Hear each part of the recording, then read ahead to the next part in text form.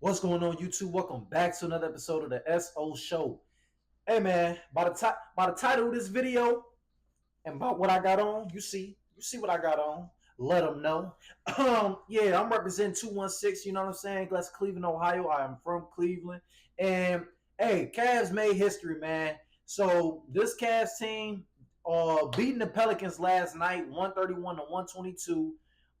They are now 9-0. They are the best team in the NBA right now. The Cleveland Cavaliers are the best team in the NBA. That's without LeBron, without Kyrie, without J.R. Smith, without Kevin Love, without all those guys that that we appreciate. You know what I'm saying? We appreciate them, for bringing the city a championship, bringing their first ring. You know what I'm saying? We appreciate it, but we just letting everybody know, you know what I'm saying, that we did it without all them. And so, boom, they beat the Pelicans last night, 131 to 122. Donovan Mitchell had 29 points. Jared Allen, double machine. He had 16 points, 14 rebounds. Karis LeVert coming off the bench had 16 points, 6 rebounds, 6 assists. And Darius Garland chipped in 9 assists. Almost had 10 assists that game yesterday. So yeah, man. With that being said, the Cavs are now 9-0. The Cavs are the first team in team history, to go 9-0, and that hasn't been done since the team got established in the NBA back in 1976. So in 55 years, that's Austin Carr days, that's Mark Price days, that's LeBron, rookie LeBron from 2003 to 2009 or 10, whatever, and then that's all through Kyrie and LeBron coming back. So no Cavs team in history has ever went 9-0 for this long, went undefeated for this long. So congratulations to them boys. Kenny Atkinson, man, Atkinson. He made history himself by being the first coach in NBA history to go undefeated for 9 games, and this being his first year as a head coach for the Cleveland Cavaliers. So yeah, it's this has been a long time coming, but honestly, it ain't been a long time coming because honestly, I mean, for the past 2 seasons, this team has been in the playoffs. You know what I'm saying? Without LeBron, this is post LeBron era. So we've been to the playoffs, 2-3 times already, and JB Bickerstaff, who was the previous coach of the Cleveland Cavaliers, he did a great job. He instilled a lot. Like he was there, for rookie Darius Garland. He was there for Colin Sexton. He was there for Jerry. He's been around all of these guys already, and he pretty much instilled his principles and his morals that he teach by and live by, and he pretty much set the tone for this Cavs team for the past 5 seasons. You know what I'm saying? So now it's to the point where it's like JB was never the bad coach. It was just because JB, people thought, and myself as well, we just thought that JB just couldn't get us to that. He couldn't get us to the next level after that. You know what I'm saying? He just couldn't get us to that next level that we know that we could reach, or that we could reach. But we just feel like he wasn't going. The Cavs the organization and everything just thought that he just wasn't best fit no more. So they went with Kenny Atkinson. Now Kenny Atkinson, this is not his first head coaching job. He coached the Nets from 2016 to 2020. He led the Brooklyn Nets to the playoffs his last year of coaching them, and then he ended up leaving. I mean, not leaving. My bad. He ended up getting fired from the Brooklyn Nets, and he started on the assistant side of things. So he was assistant for the Clippers for one season under Ty Lue back in 2020, and he left there and he ended up being an assistant for Golden State Warriors under Steve Kerr. I would say this is a long time coming for Kenny Atkinson, because you got to think about it.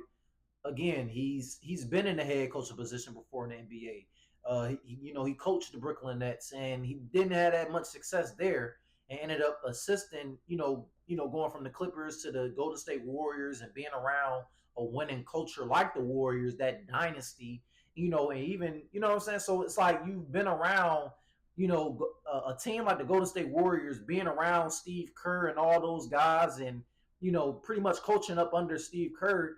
and really taking a step back from head coaching and really seeing everything behind the scenes. So I feel like Kenny Atkinson, this was the best timing for him. Honestly, this was the best timing for him, and for him to just come into Cleveland and be the head coach his first season and already going 9-0.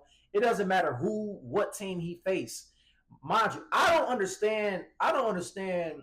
Why the Cavs keep getting beat up. Oh, they haven't faced anybody. Oh, just wait till they face the Golden State Warriors on Friday night.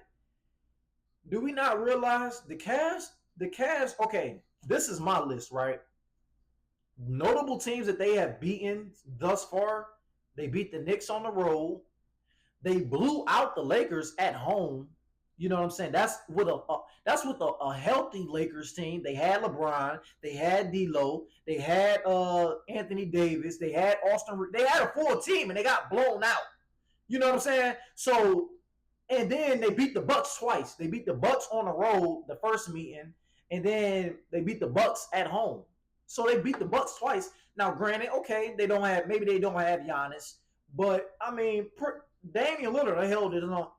Damian Lillard held his own. I mean, it was a close game. They literally won by 1 point. You know what I'm saying? So it's like I don't understand the hate that the Cavs getting right now. Like they beat the New York Knicks on the road, a team that they lost to in the playoffs first round, got swept. Gentlemen swept or swept. I think it was swept. Honestly, they got swept by the New York Knicks. So I don't understand all of this. They haven't been really facing anybody. Like, I mean, again, they've beaten notable teams. Like, and again, it's only 9 games. I'm not saying they go into the finals, the NBA finals. I'm not saying none of that. But so far, the Cavs have been the best team in the NBA right now. They're first in scoring, averaging 123 points per game. That's first in the league.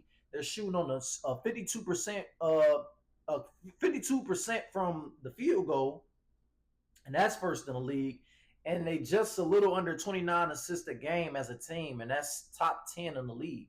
So, I mean, hey, the Cavs keep doing what y'all doing.